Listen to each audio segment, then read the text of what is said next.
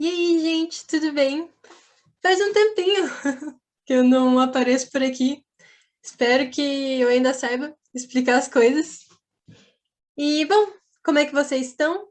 Se eu não me engano, já fazem agora umas 2 semanas que vocês começaram aí esse caminho pela fisiologia, então começamos a estudar, entender um pouco mais sobre o corpo humano.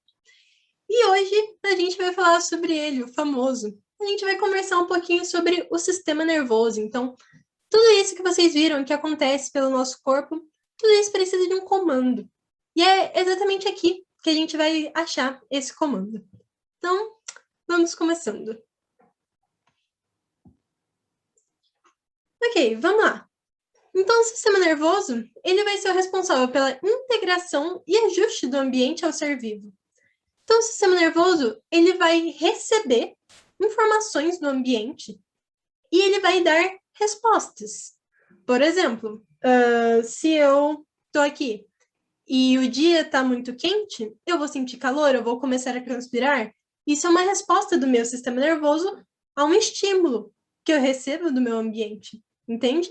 Então, é o sistema nervoso que ele vai fazer essa adaptação do organismo ao ambiente. Então, ele vai ser responsável pelos nossos atos voluntários e involuntários. Então, tanto os meus braços que eu estou aqui mexendo, quanto meu coração que está batendo e eu não preciso nem pensar nisso. Por quê? Porque é o meu sistema nervoso que controla. Então, ele vai perceber as condições, ele vai perceber e responder às condições internas e externas. E como é que ele faz isso? A gente vai receber essas coisas como estímulos e ele também responde como estímulos, que vão gerar, então, diversas coisas que vão ser interpretadas. A gente vai ver um pouquinho melhor e um passo a passo como, então, que ocorrem esses estímulos, como que ocorre essa comunicação para o nosso sistema nervoso. E, anatomicamente, a gente vai dividir ele em sistema nervoso central e periférico. Por enquanto, só guarde essa informação aí na cabeça, que já, então, a gente conversa melhor sobre isso. Então, antes da gente falar sobre o sistema nervoso em si, a gente precisa ter claro alguns conceitos referentes ao tecido nervoso. Lembra de toda aquela história? Eu tenho uma célula, tecidos, conjunto de tecidos, órgãos, conjunto de órgãos, sistemas. Então, a gente precisa dar uma voltada, conversar um pouquinho sobre o sistema nervoso. Sistema não, perdão. Tecido nervoso, porque ele tem algumas características muito específicas, muito próprias dele.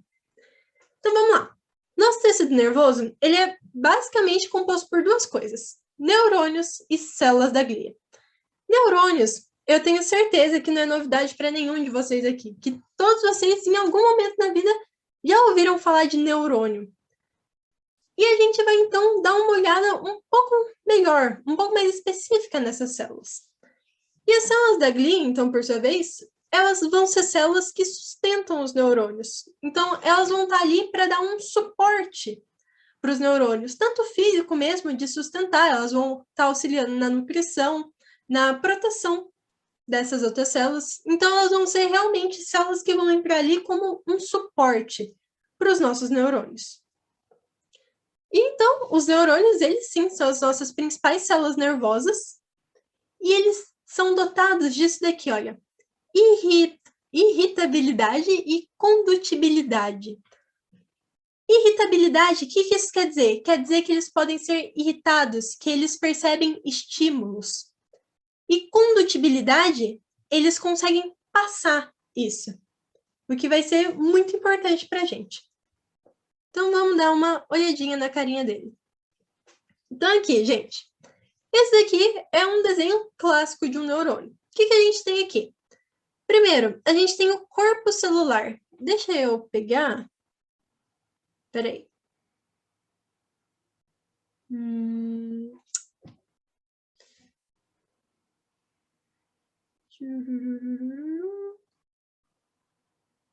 Tudo bem, não tô achando. Enfim, vamos seguir por aqui mesmo.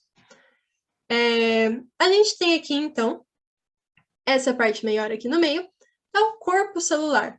O corpo celular é onde vai estar o núcleo do nosso neurônio e onde vão estar as organelas dele, certo? Então, elas ficam todas concentradas aqui no corpo celular. A gente, nos neurônios, vai ter dois tipos de prolongamentos. Esses mais curtos aqui são os dendritos. E esse mais longo, que é o axônio, certo? Então, corpo celular, dendrito e axônio. É isso que a gente vai ter no nosso neurônio. Nosso impulso nervoso, muito importante. Então, a informação no neurônio, ela vem nesse sentido, olha. Ela sai dos dendritos, passa pelo corpo celular e vai para o axônio. Então, ela é sempre do dendrito para o axônio, nesse sentido. E aí, a gente tem essas estruturas roxinhas aqui. Elas não necessariamente estão presentes em todos os neurônios, tudo bem? Mas elas vão estar presentes em vários. Elas são o que a gente chama de bainha de mielina. E aí, vamos lá, para que serve, então, essa bainha de mielina? A bainha de mielina, ela tem uma característica lipídica. Então, ela envolve o axônio do meu neurônio. E o que ela faz? Ela isola essa partezinha aqui que ela está envolvendo. O meu impulso, ele tem uma característica elétrica. Então, pensa comigo. Se eu não tivesse essa minha bainha de mielina, ele ia, ó, passar reto por tudo isso daqui. Mas eu tenho. Onde tem a minha bainha, fica isolado, não passa o impulso elétrico. O que acontece? Meu impulso está aqui e ele salta. Ele vai para o próximo, para o próximo, para o próximo, para o próximo. Essa que é a função da bainha de mielina. Esse saltar do impulso elétrico torna ele mais rápido. Então, ela está aqui para isso, para tornar a nossa comunicação mais rápida, para tornar essa troca de impulsos mais rápida. Em vez do meu impulso percorrer todo aquele axônio, ele vai saltando. Beleza? E aqui, então, é uma classificação morfológica. A gente vai ter diferentes tipos de neurônios. Como é que a gente classifica ele? Em relação ao número de prolongamentos. Então, aqui, unipolar, ele tem o corpo celular e ele tem só um prolongamento, tá vendo? Por isso que a gente chama ele de unipolar, um prolongamento. O bipolar tem dois prolongamentos, então eu tenho o meu corpo celular aqui, um prolongamento para lá, um prolongamento para cá. O meu pseudo-unipolar, ele, ó, parece que ele vai ter um prolongamento só, mas esse um prolongamento se divide em dois. E aqui, então, é que a gente estava observando agora ali, o multipolar, que é onde eu vou ter vários prolongamentos, certo?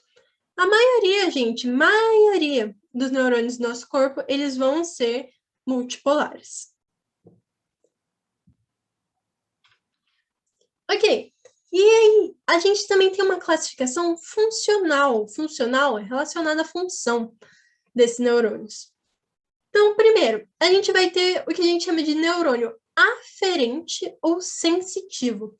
O que é um neurônio aferente ou sensitivo?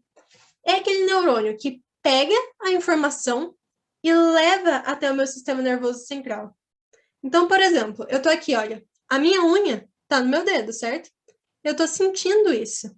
Por quê? Um neurônio tá pegando essa informação, levando até o meu sistema nervoso central, que tá interpretando. Entende? Então, tá percebendo, olha, um estímulo que veio e eu quero mandar isso para o meu sistema nervoso central. Agora, por exemplo, se eu quero mexer o meu braço, entende que isso é uma ordem que tem que vir do meu sistema nervoso central até o meu órgão, no caso, o meu músculo? Então, quando a minha informação vem do meu sistema nervoso central até o músculo, aqui no caso, quem está fazendo isso é um neurônio eferente ou motor, certo? Então, gente, a diferença é essa. Neurônio aferente pega a informação e leva para o sistema nervoso central. O eferente, ele traz a informação do sistema nervoso central para o corpo, certo? A diferença é só na direção. Aferente, corpo, sistema nervoso central. Eferente, sistema nervoso central, corpo. E aí, a gente vai ter os interneurônios ou neurônios associativos, que são neurônios que vão fazer a ligação, a comunicação entre os neurônios aferentes e eferentes. Belezinha, gente? Certo. Então, vamos lá. Então, aqui agora a gente vai ver a sinapse nervosa. que é a sinapse? A sinapse, ela é a transmissão de informações de um neurônio para o outro, certo? Pensa, a minha informação que eu estou sentindo aqui, olha, na ponta do meu dedo, tem que chegar lá no meu cérebro. Não é um neurônio só que vai levar toda essa informação. Não, eu tenho associações de neurônios. Essa informação, ela vai passando de um para o outro até chegar onde eu quero. Mas como que essa informação passa de um para o outro? É exatamente o que a gente vai ver agora. Então, a sinapse, ela pode ser elétrica. Ela vai ocorrer, quando ela é elétrica, ela ocorre entre células que estão bem próximas. Então, as células estão tão perto que o impulso elétrico pula de uma para outra. É uma resposta muito rápida, ela é quase que imediata. E a gente tem a sinapse química. A sinapse química é a que vai acontecer na maior parte do nosso corpo, ok? Na maior parte dos nossos neurônios. E nela, o que vai acontecer com esse impulso? Ele vai ser transmitido por neurotransmissores. O que são neurotransmissores? São substâncias, gente. Enzimas, proteínas, ok? São pequenas substâncias. E ela tem apenas um sentido. Lembra que a gente teve aquela conversa? Que a minha informação ela vai ser sempre lá do meu dendrito para o axônio. Isso que eles querem dizer com ela só tem um sentido. Ela só vai em uma direção. Certo? Nesse caso, a química. A sinapse elétrica, ela consegue ocorrer em ambos os sentidos. Então, aqui, olha, vamos dar uma olhadinha aqui na imagem. Isso daqui é um axônio, certo? É o axônio de um dos meus neurônios. E esse daqui de baixo é um dendrito. Então, pensa, a minha informação entrou lá por um dendrito, lá em cima, ela correu aqui, olha, todo o axônio chegou aqui. Aqui, eu libero essas minhas vesículas que têm os neurotransmissores. Então, as minhas vesículas vão vir até aqui e vão ser liberadas. Esse espacinho entre os dois neurônios é o que a gente chama de fenda. Okay? Então, eu vou liberar os meus neurotransmissores aqui na fenda e eles, ó, se encaixam ali no receptor. Então, os meus neurotransmissores estão no axônio, são liberados e encontram o receptor do dendrito. Lembra? Sempre do dendrito eu vou até o axônio. Então, desse axônio aqui, eu caio para o próximo dendrito. Aí vai correr até o axônio, passa para o próximo dendrito, e assim vai. Então, ó, esse receptor aqui, quando ele receber esse neurotransmissor, isso vai gerar um estímulo, um impulso, e aí, bum, a informação continua do mesmo modo que ela estava indo. Entende? Esse sistema aqui de neurotransmissor e receptor, ele é o que a gente chama de chave fechadura, ou seja, ele é específico. Se eu tenho um neurotransmissor que quer, por exemplo, passar o estímulo de dor, ele vai ter um receptor específico que vai captar aquele estímulo. Não é qualquer neurotransmissor que vai para qualquer receptor. É certo. Um receptor específico atende a um neurotransmissor específico. Entende? Beleza, gente? Então, é assim, basicamente, que a nossa informação vai pular de um neurônio para outro. Eu tenho informação, minha informação chegou no dendrito. Ela corre como impulso elétrico, chegou lá no finalzinho do axônio, libera as minhas vesículas, os neurotransmissores saem, encontram o receptor do próximo dendrito, gera impulso elétrico. Continua até o axônio e assim vai até chegar no sistema nervoso central.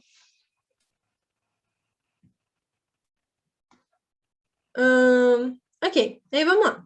No sistema nervoso central, a gente tem uma grande concentração de corpos celulares e o sistema nervoso periférico, ele vai ser formado pelos nervos e os gânglios. O que são os gânglios? Os gânglios, eles vão ser concentrações de corpos celulares. Lembra o corpo celular? É aquela parte mais gordinha do neurônio.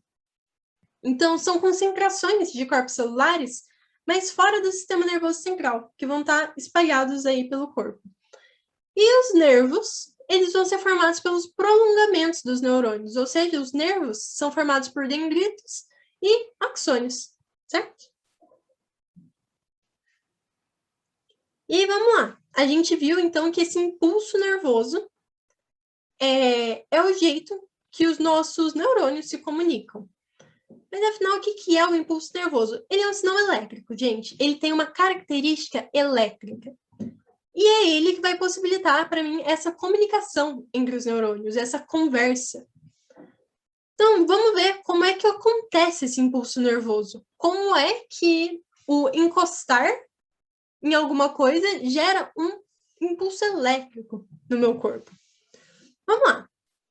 Primeira coisa que a gente precisa entender é que o meu neurônio, ele apresenta uma carga elétrica, certo? Meu neurônio, ele tem uma carga elétrica.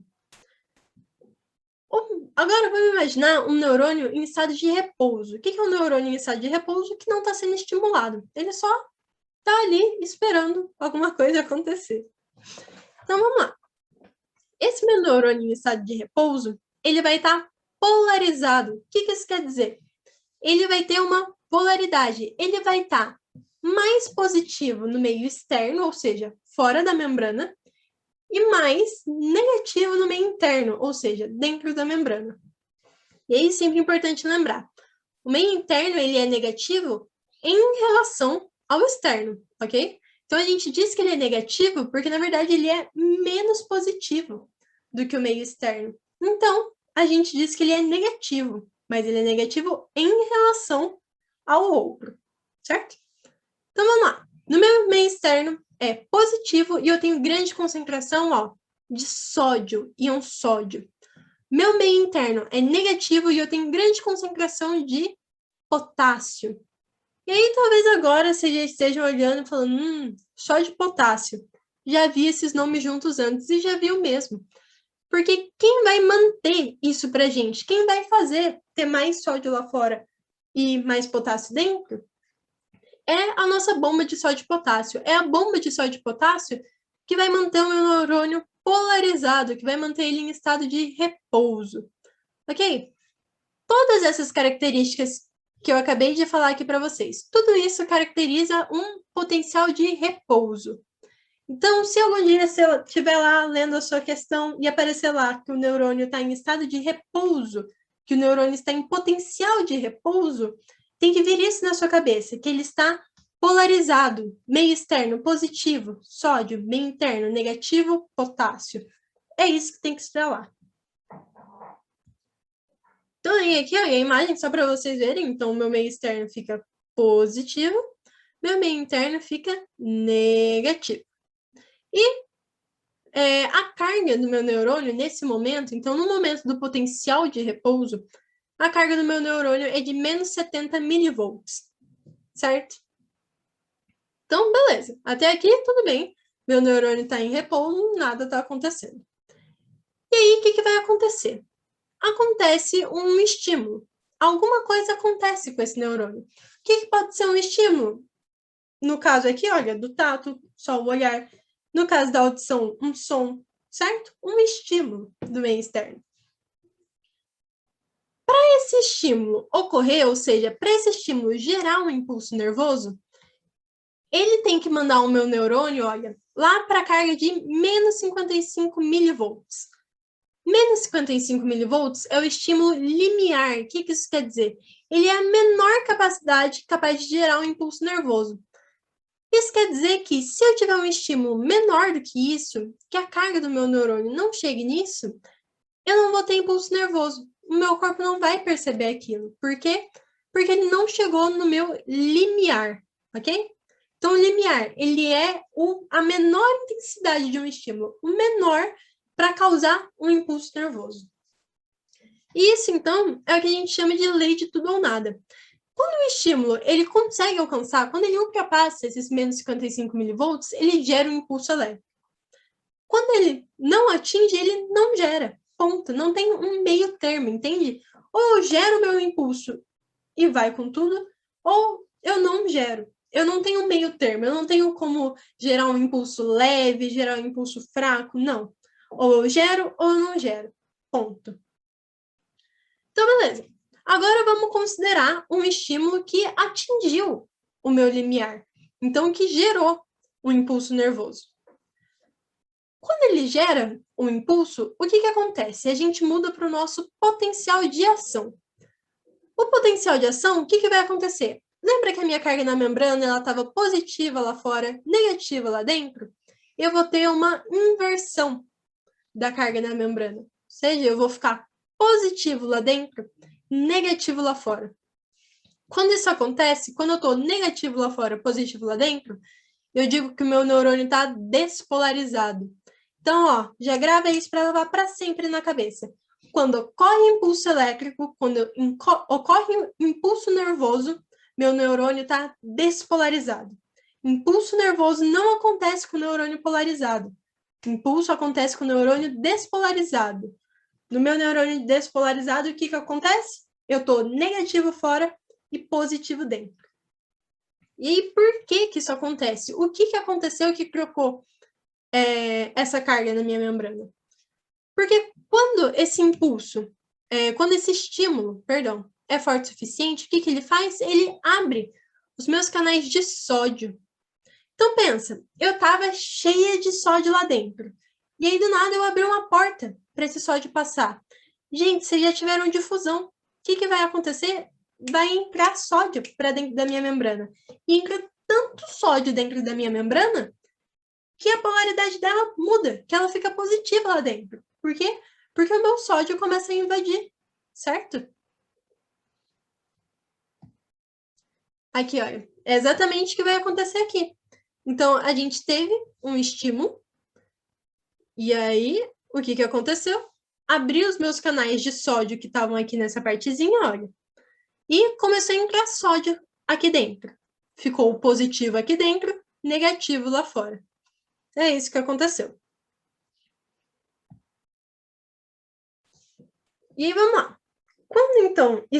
Quando isso atingir, quando essa carga atingir 40 milivolts, os meus canais de potássio abrem. E aí, a mesma coisa, gente, eu tava cheia de potássio lá dentro. A hora que esse potássio vê uma porta, o que que ele faz? Ele sai da célula. Isso é o que a gente chama de repolarização. Por quê? Quando o meu canal de potássio abre e o meu potássio começa a sair da célula, olha aqui nesse primeiro quadradinho, o que que acontece? A minha célula voltou a estar polarizada. Ela voltou a ficar positiva lá fora, negativa aqui dentro. Voltei para minha normalidade. E aí, então, qual que é a característica do nosso impulso? Ó, dá uma olhada. Ele vai acontecendo como se fosse em bloquinhos. Vocês estão vendo que essa primeira parte aqui, ela já repolarizou. Ela recebeu o impulso, ela passou para o lado e repolarizou. Então, ó, o meu primeiro aqui está na repolarização, o meu segundo aqui está no potencial de ação, ó, tá vendo? Ele está com a carga invertida. E olha aqui, o meu terceiro, para lá, olha, o pessoal ainda está lá em potencial de repouso, não nem ouviu em falar em impulso. Quando essa minha parte aqui, que agora está invertida, repolarizar, ela manda o impulso para o lado. Isso daqui despolariza, manda para o lado. E assim vai, gente. Ele vai indo como se fosse um bloquinho mesmo. Ele vai correndo, vai fazendo assim. Certo? É assim que o meu impulso vai correr. E aí, então, quem é que vai... A gente teve a nossa repolarização aqui, olha. Eita, voltei, peraí. Aqui. A gente teve aqui, olha, a nossa repolarização. Só que meu canal de sódio e potássio, eles abriram, né? Então, meu potássio foi lá para fora, meu sódio veio aqui para dentro. E aí, quem é que vai me voltar lá para o meu potencial de repouso? É a bonita aqui, olha, a bomba de sódio e potássio. Então, vamos lá, rapidinho. O que a bomba de sódio e potássio faz? Lembrando que ela é um transporte ativo, ou seja, ela usa ATP. Minha bomba de sódio e potássio, ela vai abrir para dentro da membrana, ela vai pegar 3 sódios para ela. Liga o ATP. E aí, ela vira para cima. Ela solta esses 3 sódios e puxa 2 potássios. Vira para baixo. Solta esses 2 potássios e já faz o quê? Ó, puxa 3 sódios de novo. Virou. Solta o sódio, pega 2 potássios. E assim vai, gente. Como ela leva 3 sódios para fora, mas só puxa 2 potássios para dentro, é isso que vai gerar a nossa diferença de carga. E aí está, potencial de ação. Essa parte, gente, eu sei que ela às vezes é um pouco confusa, mas vai pausando o vídeo, volta um pouquinho, assiste de novo, que dá para entender. E qualquer coisa, pede socorro lá no Classroom, que a gente vai mais devagar se for preciso. Deixa eu tomar uma água, peraí.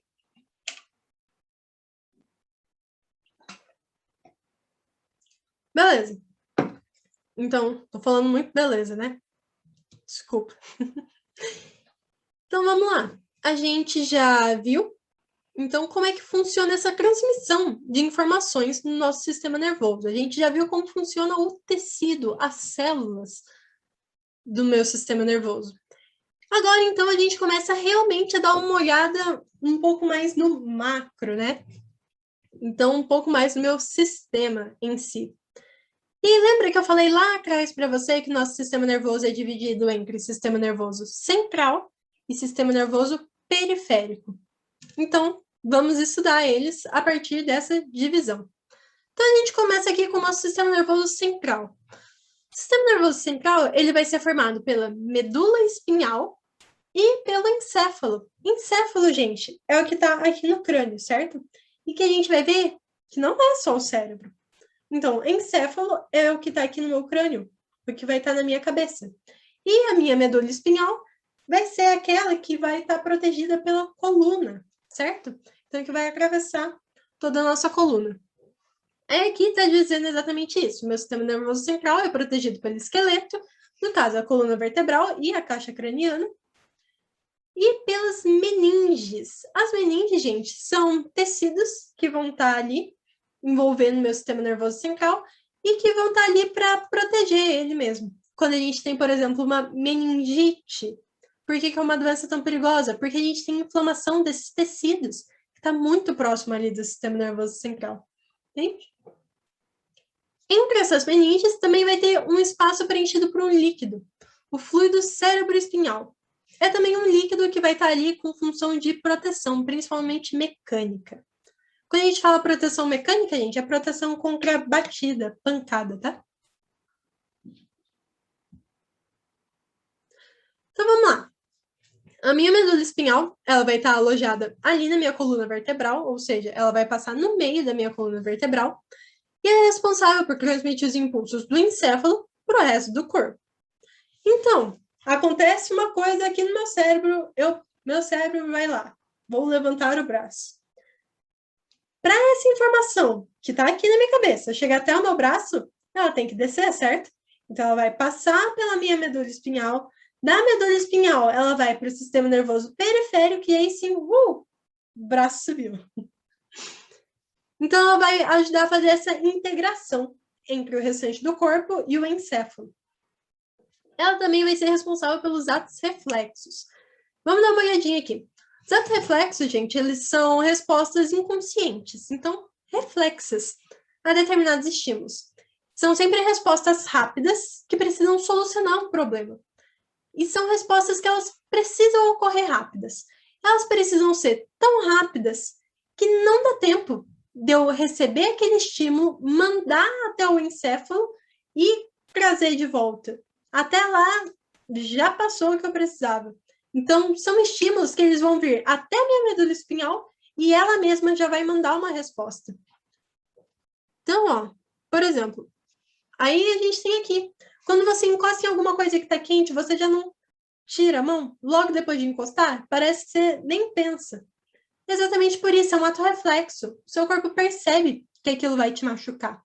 Então, por reflexo, o seu corpo já te manda tirar. Aí você fala às vezes, nossa, nem pensei, não pensou mesmo.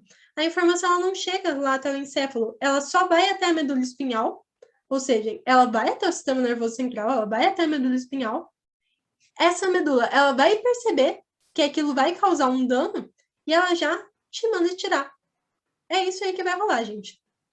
Não se preocupem com esse tanto de nome aqui na imagem, não. É mais para ilustrar isso. Então, que eu chego, um dos meus receptores, o meu neurônio aferente, leva a informação. E aí, olha, eu tenho aqui um interneurônio e o meu neurônio eferente me faz retrair, me faz puxar a mão. É o que acontece também, já foram em médico, quando ele bate o martelinho no joelho e a perna faz assim? É exatamente isso também, atos reflexos. E aí, então, agora a gente tem ele, o encéfalo. Então, o encéfalo, ele vai ser, gente, o centro do nosso sistema nervoso. Ele vai estar localizado aqui na caixa craniana. Então, é tudo que vai estar aqui na nossa cabeça, basicamente. Então, uma olhadinha aqui, para vocês darem uma olhadinha nele na foto. E aí, a gente vai dar uma olhada, então, parte a parte, o que acontece nesse nosso encéfalo. Então, primeiro, tinha que ser ele, né? Em primeiro lugar, então, a gente vai ter o cérebro. O cérebro, ele também pode ser chamado de telencéfalo, ok? Vocês podem acabar vendo o nome por aí. Mas telencéfalo, cérebro, mesma coisa. Ele vai ser o responsável, o grande responsável por todos os comandos enviados para o meu organismo. Ele tem 2 hemisférios e 4 lobos. Okay? 2 hemisférios, 4 lobos. Guarda essa informação, a gente já vai falar mais sobre ela. E eu deixei aqui, olha, substância branca e substância cinzenta. O que é isso? Gente, a gente tem o nosso cérebro. O córtex do cérebro, o que é o córtex? A superfície. Então, ó, deixa eu voltar ali. Aqui, olha.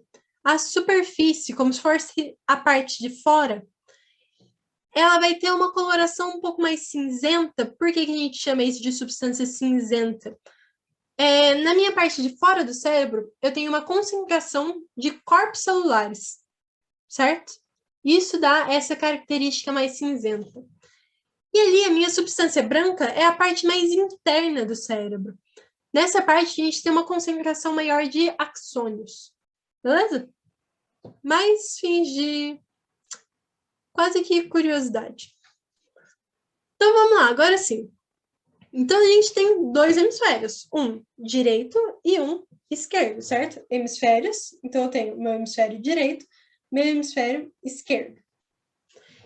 Eles são o centro motor e sensorial, vão ser responsáveis pelas memórias, funções intelectuais, e eles são unidos pelo corpo caloso, aqui, olha. Tá vendo? Essa estrutura aqui, junto os dois, como se colasse os 2 hemisférios. E, gente, tem toda aquela história. O meu hemisfério direito controla na maior parte o lado esquerdo do meu corpo, o meu hemisfério esquerdo controla na maior parte nossa senhora, lado direito do meu corpo. E a gente vai ter também 4 lobos. O lobo frontal, ele fica mais aqui, olha, na frente, perto da nossa testa. Ele vai ser responsável pela linguagem, pelo controle dos músculos esqueléticos, então, movimentos, e pela lógica, pensamento lógico. A hora que você está quebrando a cabeça lá na prova de matemática, a gente tem o lobo temporal, que vai ser mais aqui, ó. Ok? Aqui do ladinho, assim. Ele vai estar relacionado com a audição, paladar e a memória. A gente tem o parietal, que está aqui. Ele vai estar relacionado com a sensação de dor, com a fala e com o tato. E a gente tem o occipital, que é mais aqui na região da nuca. O occipital, ele vai estar ali bem relacionado com a visão. Então, aqui, olha, só para vocês olharem, a gente tem uma vista superior do cérebro, ou seja, de cima, onde a gente consegue ver os 2 hemisférios, hemisfério direito e hemisfério esquerdo, que vão estar unidos aqui no meio. E a gente tem aqui, também dá para ver, os lobos, ok? Então, frontal, parietal, temporal, occipital. Aí, eu não sei se vocês já ouviram falar, quando a pessoa fala, tipo, eu tô com dor nas têmporas, e ela coloca a mão aqui, a tal da têmpora vem daí, do lobo temporal. É assim que eu uso para lembrar. Talvez seja útil para vocês. Então, vamos lá. A gente tem também o tálamo. O tálamo também vai ajudar a conectar os 2 hemisférios do meu encéfalo. E ele vai estar relacionado com processamento e transmissão de informações sensoriais, ou seja, ele vai ajudar nessa distribuição das informações que vêm dos órgãos dos sentidos. Tato, paladar, olfato, audição, visão. A gente tem o hipotálamo. O hipotálamo, ele vai ser quem coordena a hipófise. O que é a hipófise? Gente, a hipófise ela é uma glândula muito importante que a gente tem no nosso corpo. A gente vai estudar sobre ela na nossa aula de sistema endócrino. Então, vocês vão ouvir falar mais do hipotálamo. Mas então, mantenha-se em mente. O hipotálamo, ele controla a hipófise. Além disso, ele vai ser o nosso centro de controle de emoções e das nossas atividades fisiológicas básicas. O que são atividades fisiológicas básicas? Sensação de sede, sensação de fome, sudorese, sua percepção de temperatura, certo? E aí, olha, eu só circulei eles aqui para vocês. A gente tem o tálamo aqui e o hipotálamo.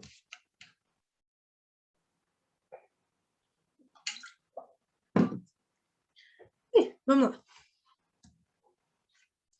A gente tem também o cerebelo. O cerebelo ele vai ser responsável pela coordenação motora, então ele vai se relacionar aí com equilíbrio, com postura e também, no geral, com o controle dos atos voluntários, ok? Então, controle de músculo esquelético. A gente tem o mesencéfalo. No mesencéfalo, a gente acha a formação reticular. Formação reticular é uma estrutura que vai estar relacionada com o nosso ciclo de sono. Então, estado de vigília e estado de repouso, quando você está acordado, quando você está dormindo. Ele atua também no processamento de dados visuais e auditivos. A ponte, ela vai ser uma estrutura de conexão, então ela vai estar ali para ajudar a conectar tudo isso, todas as informações que a gente está recebendo. E o bulbo, ele transmite informações sensoriais ao tálamo, então ele vai pegar as informações que ele recebe, ele joga lá para o tálamo, vai fazendo essa distribuição. Ele também vai ser responsável pelo nosso controle cardiorrespiratório, ou seja, ritmo cardíaco e ritmo da respiração. Se eu não me engano, vocês ainda não tiveram um sistema respiratório. Quando tiverem, vocês provavelmente vão falar sobre bulbo. Ele quem faz esse controle do ritmo da respiração, movimentos gástricos e deglutição, certo? Bom, de sistema nervoso central é isso.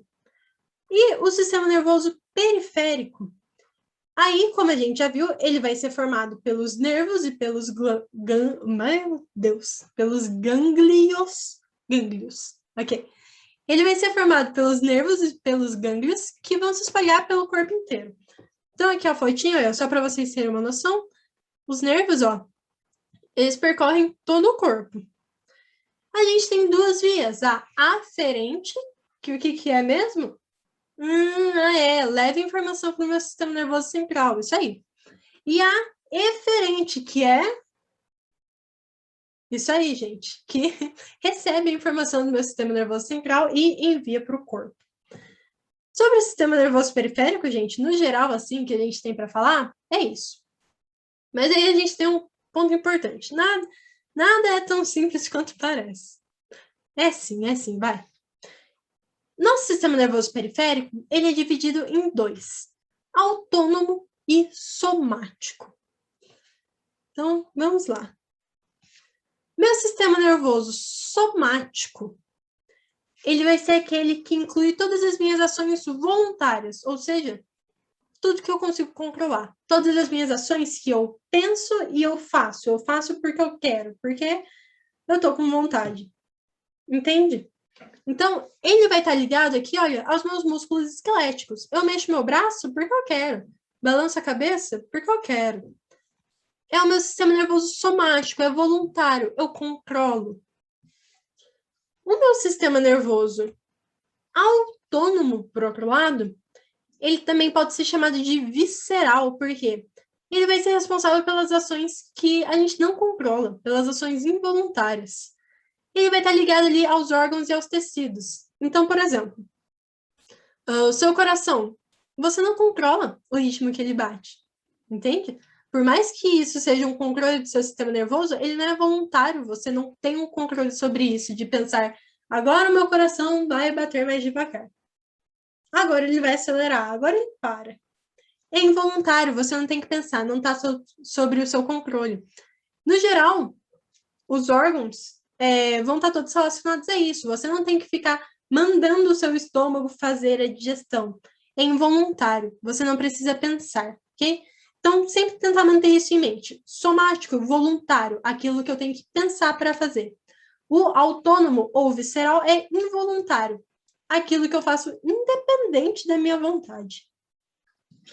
E aí, o meu sistema nervoso autônomo pode ser dividido em mais dois: simpático ou parasimpático. O sistema simpático e parasimpático, eles atuam sobre os mesmos órgãos, mas a ação deles é antagônica. O que isso quer dizer? Eles atuam nos mesmos órgãos, mas com efeitos inversos, ok? Vamos dar uma olhadinha lá neles. Aí, gente, aqui a gente tem sistema nervoso autônomo simpático. Então, o sistema simpático, ele vai ser aquele relacionado com o estado de estresse, estado de perigo. Ele libera noradrenalina, ele libera adrenalina para o seu corpo. Então, ó, ele vai estar preparando o seu organismo para o estresse, para o perigo. Por quê, né, que a gente vai ter isso? Gente, muito relacionado à sobrevivência. Claro, agora a gente está aqui com o nosso iFood na mão, não precisa ir caçar a sua comida. Mas o seu corpo, ele precisa perceber essas ações de perigo e ele precisa te ajudar a sobreviver, é uma questão de sobrevivência. Então, a gente vai sempre pensar no sistema simpático como isso: estresse, perigo, fuga. Eu tenho que fugir, eu tenho que lutar. O que ele vai fazer? Ele aumenta o seu ritmo cardíaco, aumenta a pressão arterial, aumenta o seu ritmo respiratório. Por quê? Se eu vou fugir, eu preciso de todo o vapor, gente. Eu preciso mandar sangue para todo o meu corpo, acelerar essas trocas gasosas, porque eu vou usar muito oxigênio. Ele dilata os brônquios, justamente por isso, dilata as pupilas e os ossos dos músculos. Os brônquios dilata justamente para facilitar a troca gasosa, base dos músculos, justamente para você ter mais energia, mais oxigênio nesses músculos, e as pupilas ali relacionado com a visão. Então, gente, pensa, ele está te preparando para a luta, para a fuga. Automaticamente ele vai diminuir, ele joga lá embaixo tudo aquilo que não está relacionado com isso. Então, ele vai diminuir o funcionamento ali do seu aparelho digestivo e a contração dos vasos sanguíneos periféricos. Por quê? É como se ele falasse assim: não posso gastar energia para isso agora, estou em situação de perigo. E aí, se antes o perigo era enquanto você estava lá caçando a sua comida, agora o perigo é quando você senta na cadeira para fazer o seu vestibular e aí você vai. O coração começa a disparar, você começa a respirar mais, a pupila dilata. O que é isso, gente? É o sistema simpático. É ele percebendo que você está numa situação de estresse, numa situação de perigo. E o seu corpo começa a reagir, começa a liberar a adrenalina. E aí a gente vai ter todos esses efeitos aqui. Se você entende um, fica fácil entender o outro. Enquanto o meu sistema simpático ele vai estar relacionado, então, com perigo, estresse, fuga, o meu sistema parasimpático vai estar relacionado ao relaxamento. Então, todos os efeitos dele vão ser contrários ao simpático.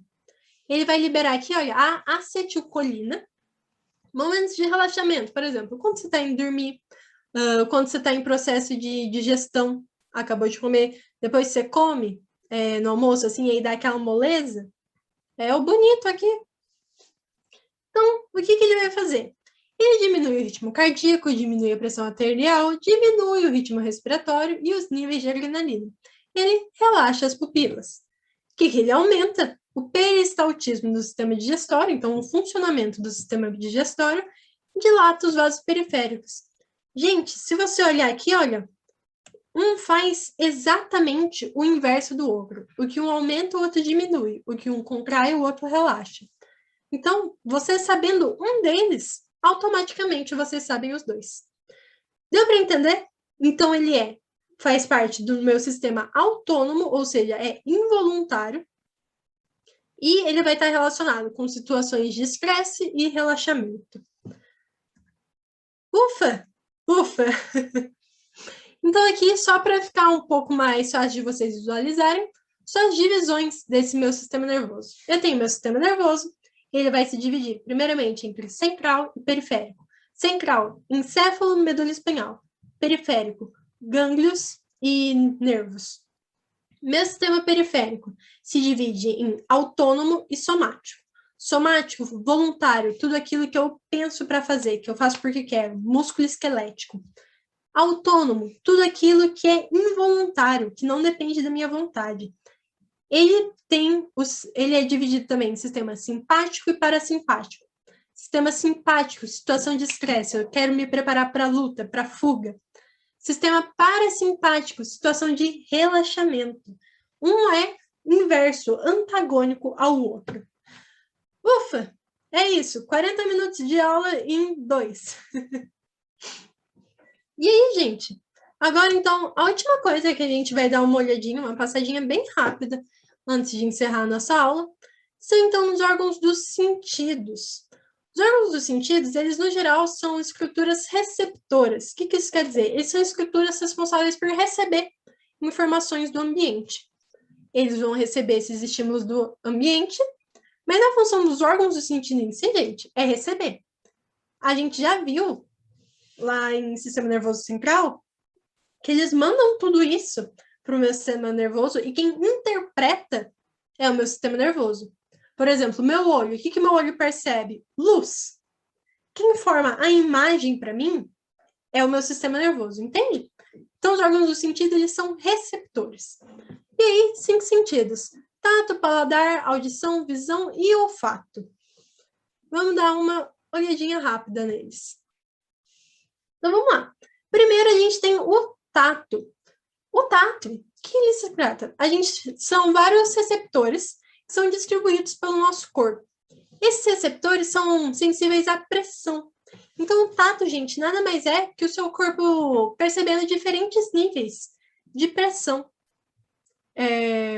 Eles, como eu acabei de dizer, estão espalhados por todo o corpo, mas eles são mais concentrados em alguns pontos, como nas palmas das mãos e principalmente nas pontas dos dedos. É onde a gente vai ter uma grande concentração desses receptores, certo?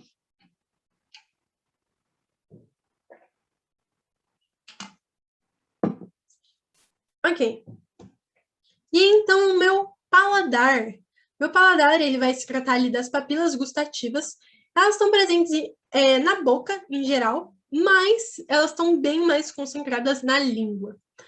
Essas minhas papilas gustativas, então esses receptores, enquanto lá no tato eles eram estimulados por pressão, aqui elas são estimuladas por substâncias químicas. Gente, a comida nada mais é do que isso. Elas pegam essas substâncias químicas e seu sistema nervoso ajuda a transformar isso em sabor.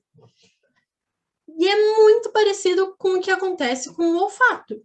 No olfato, os meus receptores estão aqui, na cavidade nasal, e eles também são estimulados por substâncias químicas. Os cheiros nada mais são também que substâncias químicas. Então, meus receptores percebem essas substâncias e o meu sistema nervoso vai transformar isso em cheiro para mim. Aí a gente tem a audição. O ouvido humano, ele vai ser dividido entre a orelha externa, média e interna. A externa é isso daqui que a gente está vendo. Aí a gente tem a média e a interna, que ficam realmente ali dentro, né? Não tem como ver. Na orelha média é onde a gente vai ter o tímpano e os ossículos, os ossos do ouvido, que é o martelo, a bigorna e o estribo. E lá na orelha interna a gente vai ter o labirinto, que é formado pela cóclea e o aparelho vestibular. Gente, o labirinto, ele está relacionado com a questão de equilíbrio. A gente não precisa entrar em detalhes do porquê, como que isso acontece, mas é interessante vocês saberem, sim, que ele está relacionado. Por isso, quando a gente fala, por exemplo, de labirintite, entende? Por estar relacionado ao labirinto que fica lá na orelha interna. Então, vamos lá. Como é que acontece essa audição?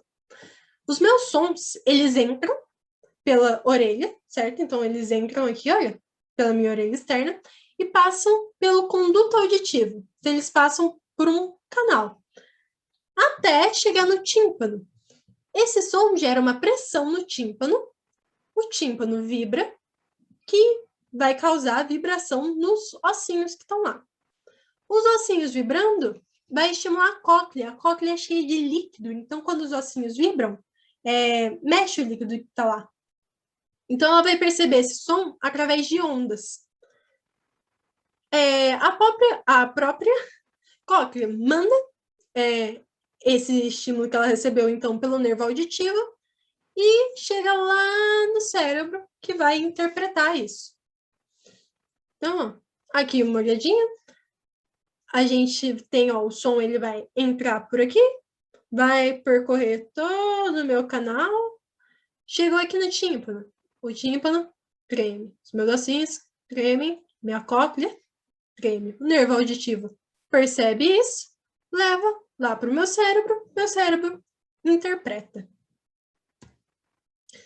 E aí, então, por fim, aí, a gente tem a visão.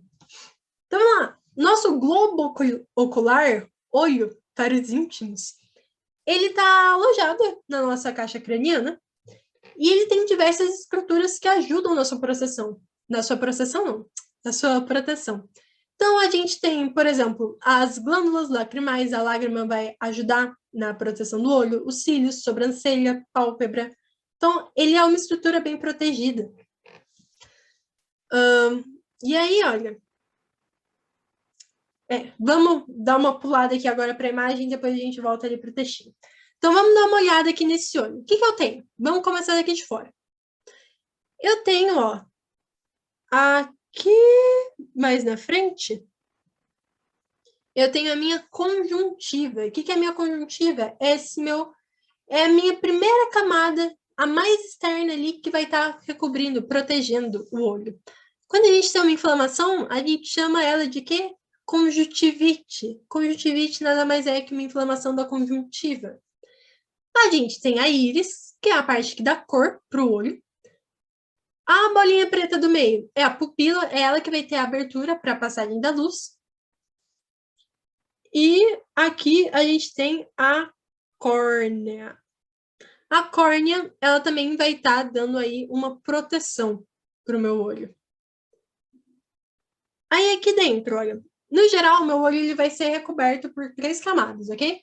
Esclerótica, a mais externa, corióide, a do meio, e a retina, que é a mais interna. Aqui na retina é onde ocorre a formação da imagem, certo?